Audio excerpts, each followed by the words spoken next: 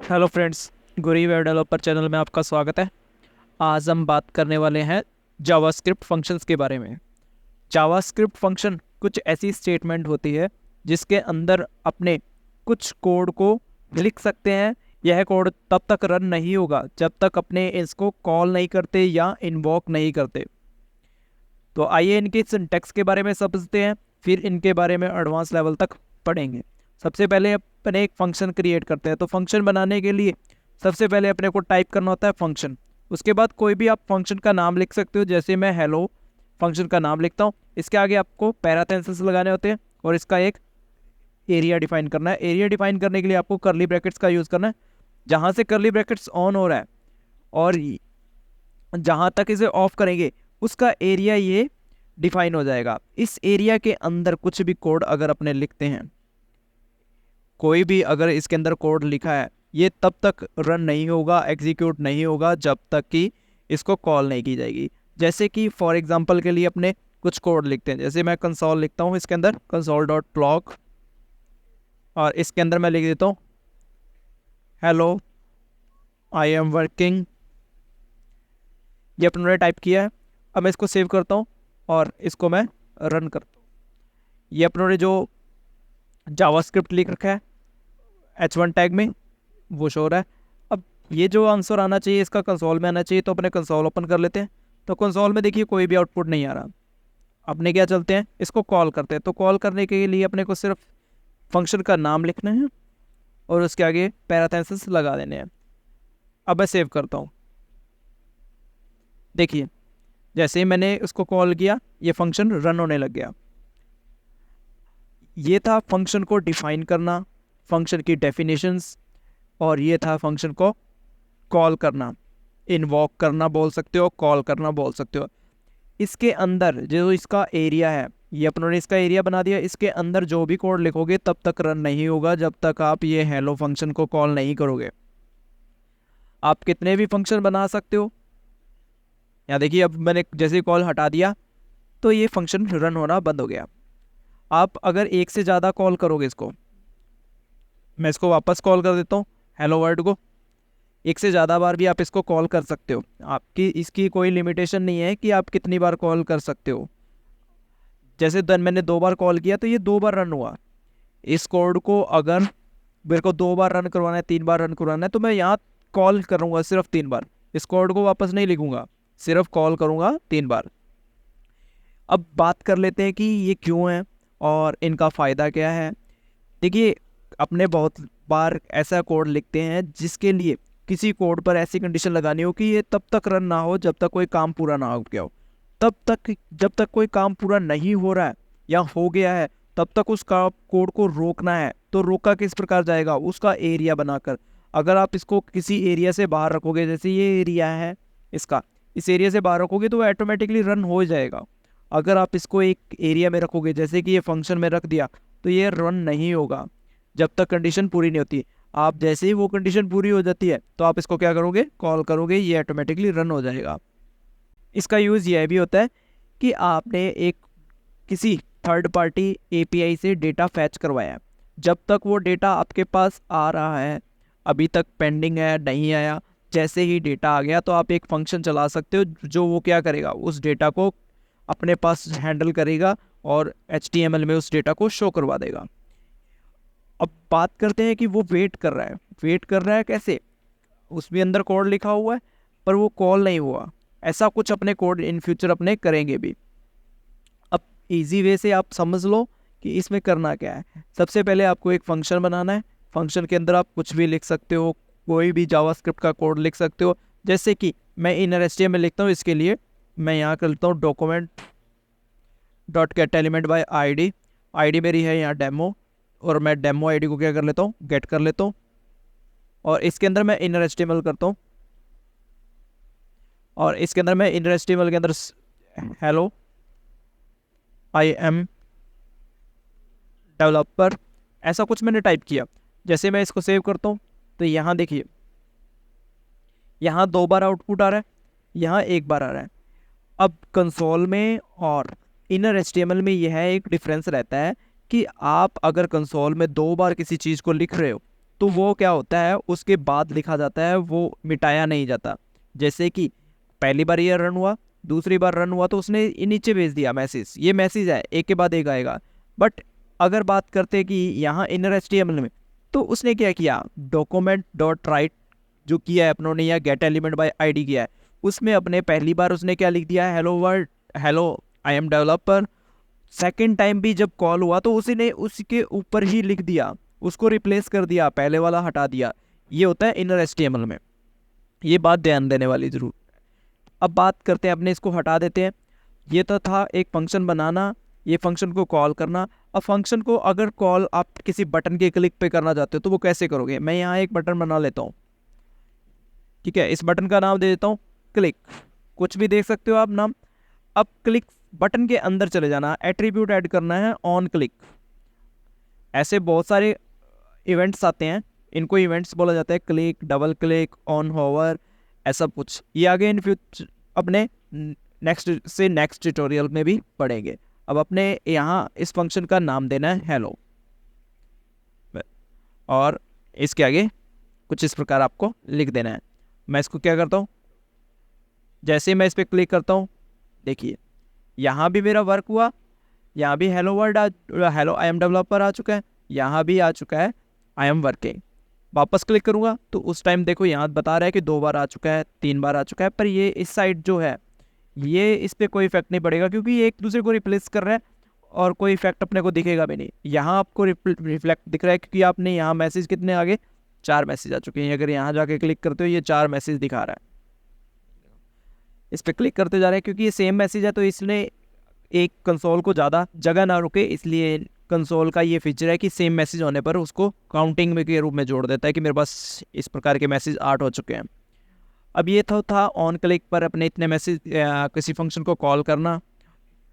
अब बात करते हैं कि फंक्शन को किस किस प्रकार और बनाया जा सकता है।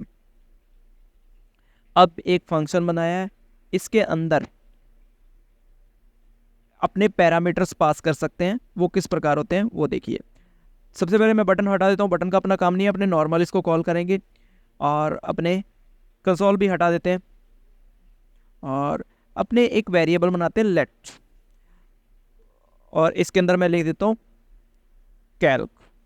कैल्क नाम से एक वेरिएबल बनाया, इसके अंदर मैं वैल्यू स्टोर करवाता हूँ। अगर इस वैल्यू को मैं बाहर एक्सेस करूँगा तो ये नहीं हो पाएगी, क्योंकि ये कौन सी वैल्यू है, ब्लॉक, क्योंकि अपने ने लेट डिक्लेयर किया है। लेट का होता है एरिया एक ब्लॉक, ब्लॉक मतलब किसी के अंदर ही रहेगी वो वैल्यू जिसके अंदर आपने डिक्लेयर किया, तो ये इसके अंदर तक ही यूज़ कर पाओगे, इसके बाहर नहीं। बाहर अगर इसको कैल्क को आपने कंसोल किया या इनरेचेबल किया तो ये अनडिफाइंड आंसर आपको दे देगा। अगर ट्राई करना है तो आप इस प्रकार कर सकते हो, कंसोल डॉट लॉग करता हूँ मैं, और इसके बाद यहाँ लिखूँगा मैं कैल्क, और एक बार उस फंक्शन को भी कॉल कर लेते हैं, बिना कॉल किए तो कोई आउटपुट नहीं आने वाला। अब मैं इसको उसके ऊपर लिख देता हूँ। अब चलता हूँ, देखिए अपना यहाँ आंसर आ रहा है, बट वो नहीं आ रहा क्योंकि कैल्क नॉट डिफाइन बता रहा है, क्योंकि यहाँ कैल्क क्या है, उसकी वैल्यू नहीं है, क्योंकि वो उसके बाहर एक्सेस हो ही नहीं सकता, तो वो तो है इसको अनडिफाइंड बताएगा या नॉट डिक्लेयर बताएगा। अब वेरिएबल की बात हो चुकी है, अब अपने बात करते हैं पैरामीटर्स की। अब इसको जब कॉल करते हैं, ये कॉल हो रही है, तो इस फंक्शन के लिए कुछ वैल्यू भी भेज सकते हैं, कुछ डेटा भेज सकते हैं। जैसे मेरे को कैलकुलेट करनी है 2 + 2, ये एडिशन का काम हो रहा है, तो मैं यहाँ ऐड लिख देता हूँ, वैल्यू ऐड करना मतलब एडिशन। तो यहाँ मेरे को कोई वेरिएबल नहीं चाहिए, मैं क्या करता हूँ, 2 वेरिएबल का डाटा आएगा इसके पास, A, P, या 2 वैल्यू आएगी A और B में, दोनों क्या होगी, यहाँ मैं प्लस करवा देता हूँ, +A + B। इसका मतलब हुआ कि A + B होकर डेमो में शो हो जाएगा। अगर आप इसको कुछ इस प्रकार लिखना चाहते हो तो इस प्रकार भी लिख सकते हो, A + B। अब यहाँ C को क्या कर दो, शो करवा दो, ठीक है। अब मैं यहाँ सेव करता हूँ तो इसका कोई आउटपुट नहीं आएगा, क्योंकि ये देखिए हेलो इज नॉट डिफाइंड। ऐसा क्यों आया, क्योंकि अपने यहाँ कॉल कर रहे हैं, कोई डेटा नहीं दे रहे, और यहाँ अपनों ने क्या कर दिया, इसका नाम ऐड कर दिया। तो अपने इसको ऐड कर लेते हैं। अब इसको कॉल किया, अब मैं इसको रन करता हूँ, तो यहाँ देखिए नॉट ए नंबर लेके आ रहा है, क्योंकि अगर किसी वेरिएबल को डेटा नहीं दिया जाता तो वो बाय डिफ़ॉल्ट अनडिफाइन होता है। अगर अनडिफाइन और अनडिफाइन को प्लस करोगे तो नॉट ए नंबर आंसर आने वाला है। ए के पास भी अनडिफाइन था, बी के पास भी अनडिफाइन था। अब यहाँ से इसके लिए डेटा भेजते हैं। जब कॉल करोगे तो इनका डेटा भी आप भेज देना। पहला डेटा मैंने कोमा से लिखा है वो ए में जाएगा, दूसरा जो डेटा लिख रहा हूँ वो बी में जाके स्टोर हो जाएगा। जैसे ही इसको कॉल की जाएगी इस फंक्शन को यहाँ, तो पहले नंबर वाला डेटा ए में चला जाएगा, दूसरे नंबर वाला बी में चला जाएगा। ए और बी के जगह पे आप कोई भी नाम ले सकते थे, उनकी मैं कैलकुलेशन कर रहा हूँ। आप कोई भी कैलकुलेशन कर सकते हो, बिना कैलकुलेशन आप कुछ भी स्पेशल वर्क भी करवा सकते हो। ये फंक्शन का काम है। यहाँ मान लो कि मैंने एक ऐड करने के लिए फंक्शन बना दिया, उसको कॉल कर रहा हूँ, वो सी में उसको एडिशन करके सी में स्टोर करवा रहा है, और सी को मैं क्या कर रहा हूँ, इन एस्टिमेबल कर रहा हूँ। अब मैं इसको आउटपुट देखता हूँ तो यहाँ उसका आंसर सही से आ रहा है। ऐसा ही अगर मैं कोई और एक फंक्शन बनाना चाहूँ तो मैं बना सकता हूँ। जैसे मैं एक जल्दी से एक फंक्शन बना लेता हूँ, ये सब्ट्रैक्शंस का बना लेते हैं और इसका एरिया स्टार्ट कर लेते हैं। इसके अंदर मैं लिख देता हूँ document dot gate element by ID. ठीक है, आईडी में डेमो वाले को ही टारगेट करता हूँ क्योंकि पहले वाले फंक्शन को अपने कॉल नहीं करेंगे इस बार। इनर एचटीएमएल, और वो सेम चीज़ अपने ट्राई करते हैं जो इसमें था। अब यहाँ मैं कुछ और डेटा भेजूंगा, स्ट्रिंग और नंबर दोनों डेटा भेजूंगा। मैं कह रहा हूँ सी एक्स कोमा वाई, कोमा नहीं लगेगा, यहाँ माइनस का सिंबल लगेगा क्योंकि अपने सब्ट्रैक्शंस कर रहे हैं, इसका माइनस कर रहे हैं। तो यहाँ मैं एक्स कोमा वाई लिखूंगा क्योंकि मेरे पास जो डेटा आएगा एक्स और वाई का आएगा। मैं इसको कमेंट कर देता हूँ क्योंकि मेरे को इसको रन नहीं करना। मैं नीचे इस फंक्शन को जो मैंने अभी बनाया है SUB सब नाम से, उसको कॉल कर लेता हूँ। कॉल करने का हो गया। अब वो डेटा क्या है, 2 वैल्यू लेता है, 2 वैल्यू अपने से रिक्वायर कर रहा है, 2 वैल्यू अपने से मांग रहा है। अपने उसको 2 वैल्यू प्रोवाइड करवाते हैं। 20 माइनस 10, इसका आंसर आपको पता ही है 10 आने वाला है। इसको कॉल करते हैं। जैसे ही कॉल किया यहाँ आंसर इसका 10 आ चुका है। ये था अपने का कॉल करना, उसके अंदर वैल्यू भेजना। आप एक वापस ट्राई करते हैं एक फंक्शन बनाने के लिए। इसके मैं फंक्शंस को मैं डिलीट कर देता हूँ। अब देखो एक फंक्शन और बनाते हैं। ये फंक्शन क्या करेगा, 2 वैल्यू को एडिशन करेगा। मैं कहता हूँ फुल नेम इसको रखते हैं।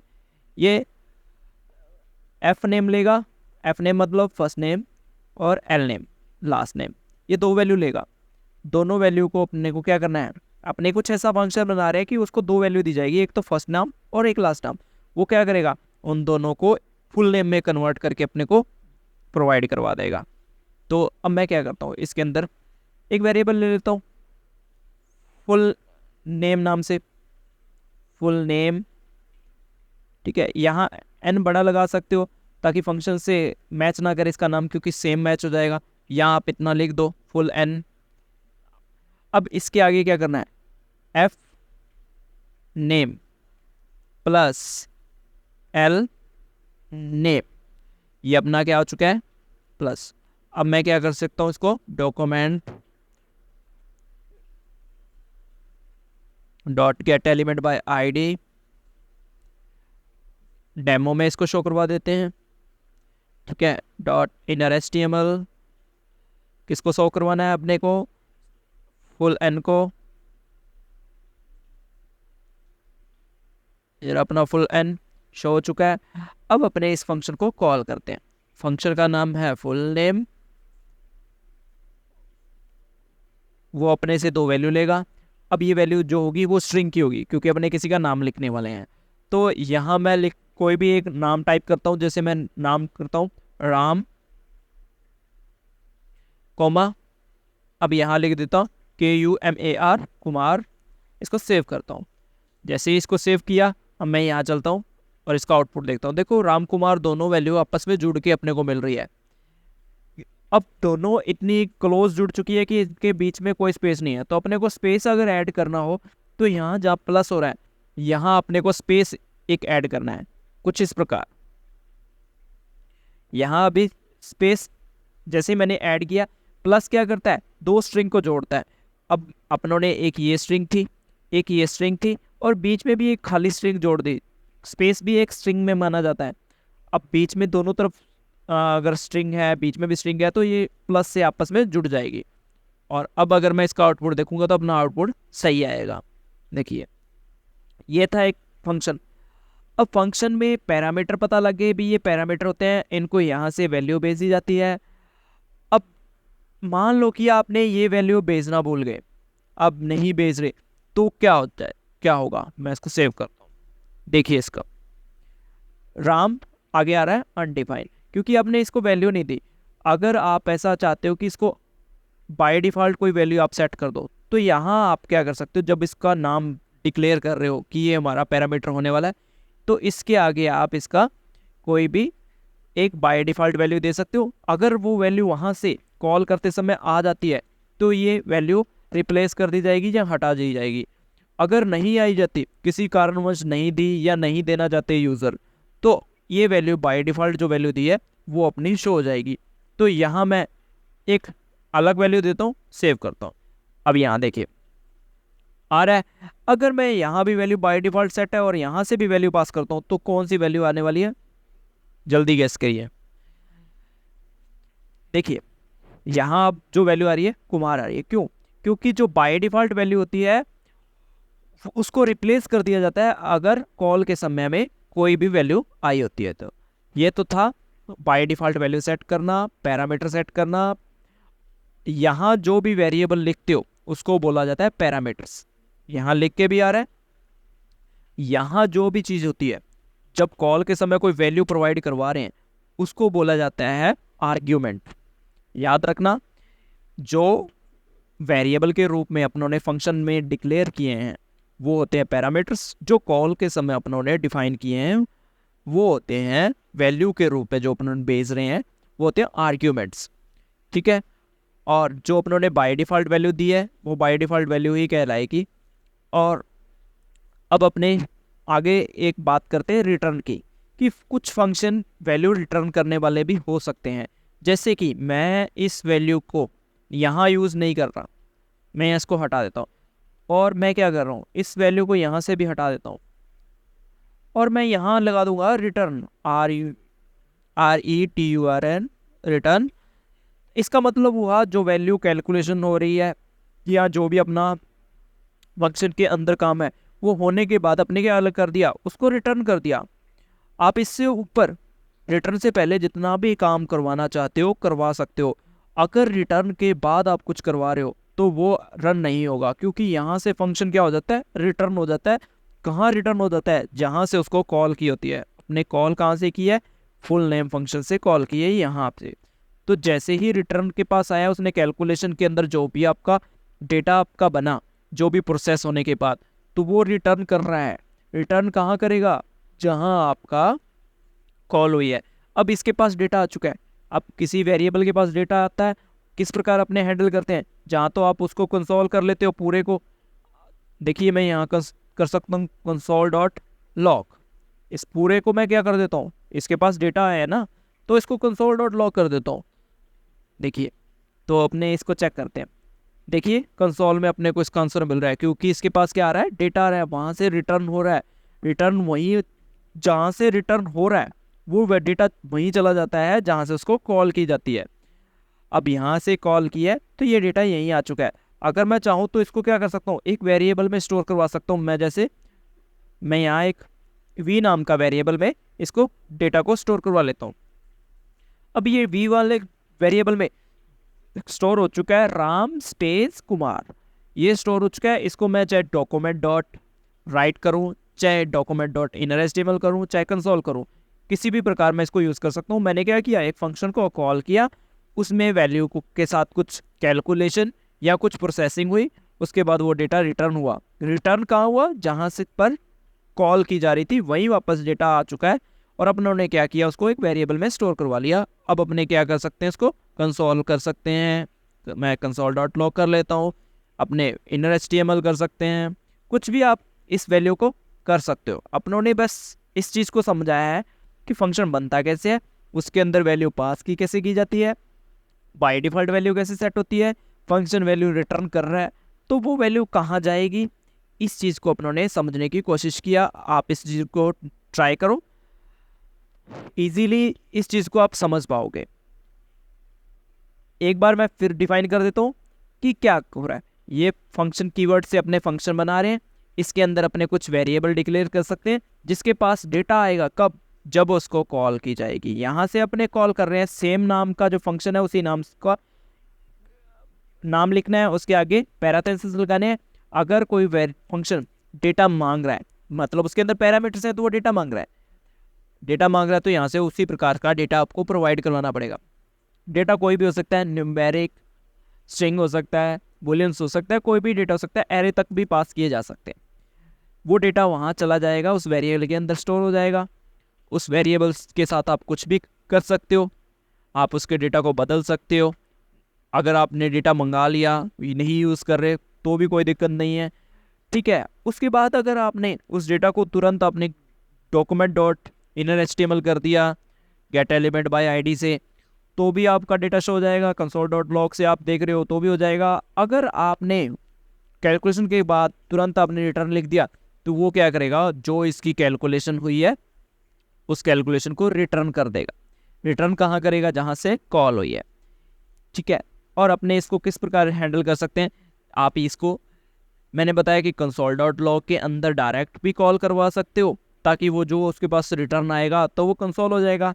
नहीं तो आप उसके वेरिएबल जो डेटा आ रहा है, फुल नेम जहाँ से कॉल ही है, तो इसको क्या कर रहे हैं, एक वेरिएबल के अंदर स्टोर करवा रहे हैं, तो भी अपने इसको क्या है, वेरिएबल के अंदर से कहीं भी यूज़ कर सकते हैं।